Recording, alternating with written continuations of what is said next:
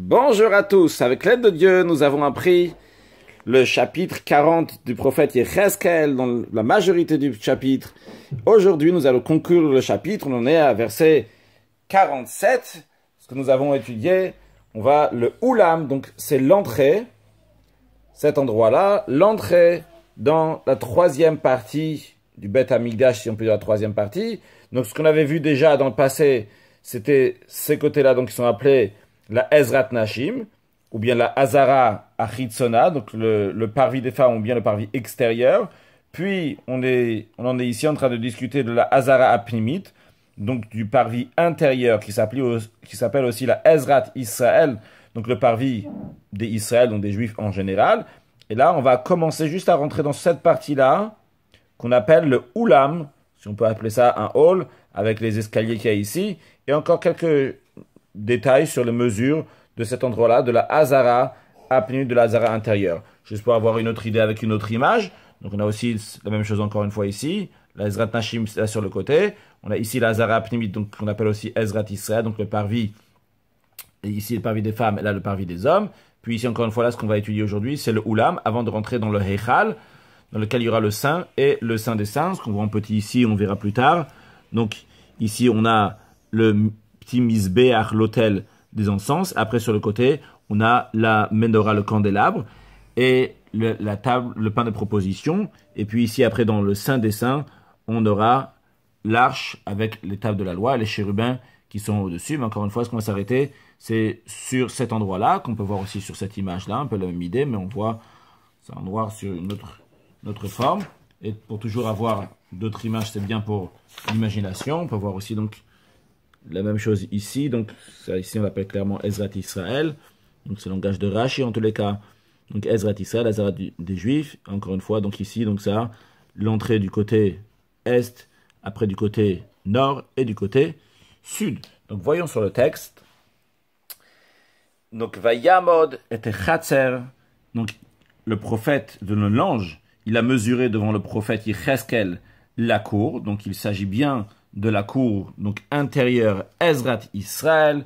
C'est là aussi qu'on voit en image. Donc il a mesuré cette cour-là. Mea Ama. Donc il faisait une longueur Orech Mea Ama, une longueur de 100 coudées. Verochav, une largeur Mea Ama de 100 coudées. Meruba, donc elle était carrée. Veha Mizbeach lifnei habayit. Et le Mizbeach, l'autel, est devant le bayit, devant la maison. Alors le Mizbeach, les détails du Mizbeach, on verra plus tard. Le Mizbeach, donc c'est l'autel qui est au milieu. L'autel, donc c'est exactement la même image, juste avec un différent design. Ici, cet endroit-là qu'on voit, c'est le Oulam. Donc on discutera plus après sur ce Oulam. Et donc on a ici donc le Mizbeach, l'autel. Comme vous voyez, l'autel il est en plein centre. Quand on dit en plein centre, c'est-à-dire donc ici on mesure 17, encore 17, donc ça fait 34. Et ici, encore une fois, de l'autre côté, de là jusqu'à là, de là jusqu'à là, pardon, de là jusqu'à là, on aura encore une fois 34. Ici, là, on aura aussi, donc c'est en plein centre. Donc en tout, de là jusqu'à là, ça fait 100. De là jusqu'à là, ça fait 100. Donc on a 34. L'autel en lui-même, il fait 32. 34 et 34 plus 32, ça nous fait 100. Donc on peut le voir ici, c'est plus facile. Donc encore une fois, de ce mur-là jusqu'à l'autel, c'est 34. Ce mur-là jusqu'à l'autel, 34. Ici donc, avec l'autel, ça fait 32. En tout, ça nous fait une longueur et une largeur de 100. Vayamod Techatzer, c'est déjà là, on a déjà fait ce verset-là. Donc, même chet, pasuk 48, Vayvieni el ulam habayit. Donc, le prophète continue à raconter, donc comment l'ange l'a amené au Oulam du Bayit. Donc, le Oulam, c'est la face, c'est ce qu'on a vu, donc c'est cet endroit-là, le Oulam du Bayit, de la maison. Vayamod el ulam chamesh amot.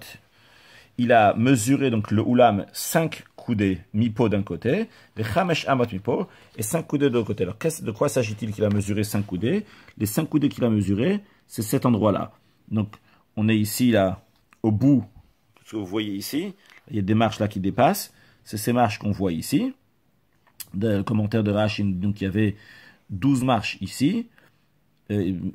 Virochav, donc Ulama Ula, donc comme on va voir tout de suite dans le verset, Orecha Ulam On n'a pas fait encore ça. Donc 5 coudées d'un côté, 5 coudées de l'autre. La largeur de la porte. 3 coudées d'un côté, 3 coudées de l'autre côté. Quand il s'agit de 3 coudées, parce que comme vous voyez ici, on a donc ici le oulam. On a dit donc les 5 coudées, c'est l'épaisseur du mur, 5 coudées, 5 coudées. Le oulam en lui-même, il va de là jusqu'à là. Comme on va voir dans l'instant, donc de là, une fois que je rentre jusqu'à là, j'ai 11 coudées. Ça, ce qu'on voit, c'est en hauteur, hein, évidemment. Donc là, c'est 11 coudées. Maintenant, à cet endroit-là, dans le oulam, même dans ce hall, il y avait 20 coudées de là jusqu'à là. Mais vu que la porte, elle dépassait, quand elle dépassait, dans le sens de dépasser ici, c'est-à-dire que quand on voit ici donc le mur de 5 coudées, il dépassait ici 3 coudées et 3 coudées. Il se trouve donc qu'entre les portes, il y avait seulement 14 coudées.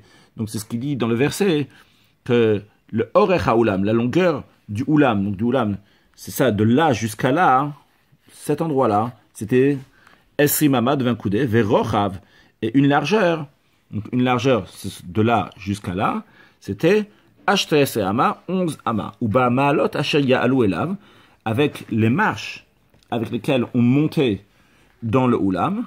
Donc comme le commentaire de Rashi nous dit, donc c'était 12 marches, on voit ici donc les 12 marches, eh bien, ve'amudim ela elim echad mipo vechad mipo, et il y avait donc des amudim, des piliers, donc des colonnes qui étaient à côté, d'un côté et d'un autre côté, qu'on a déjà vu plusieurs fois.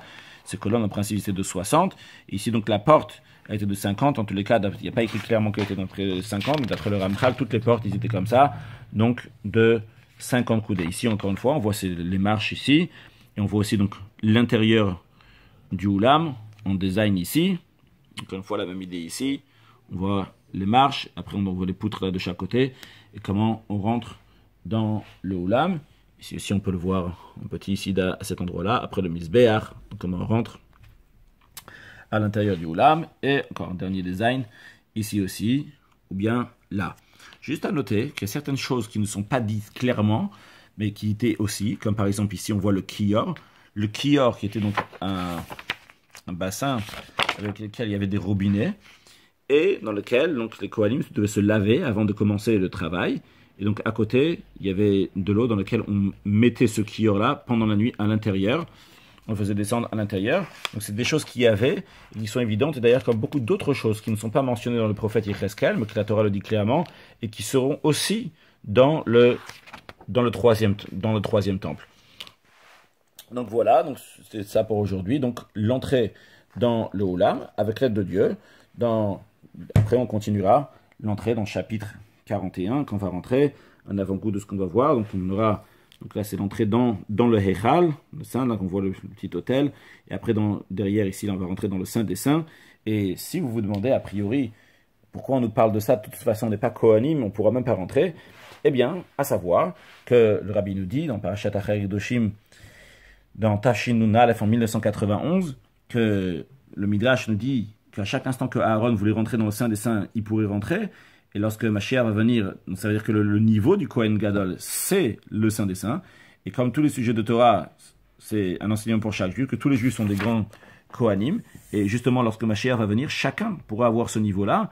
De la même manière que le Kohen pouvait rentrer à n'importe quel moment au Saint des Saints, et bien de la même manière aussi, il y aura cette particularité à Kol Ish Veish, à chaque être humain, donc chacun, donc il sera au niveau de Kohen Gadol, de pouvoir rentrer même dans le Saint des Saints. Et pour rentrer dans le Saint des Saints, on aura besoin de faire ce passage-là, donc de rentrer par le Oulam, par ce hall d'entrée, pour rentrer après dans le Saint, jusqu'à dans le Saint des Saints.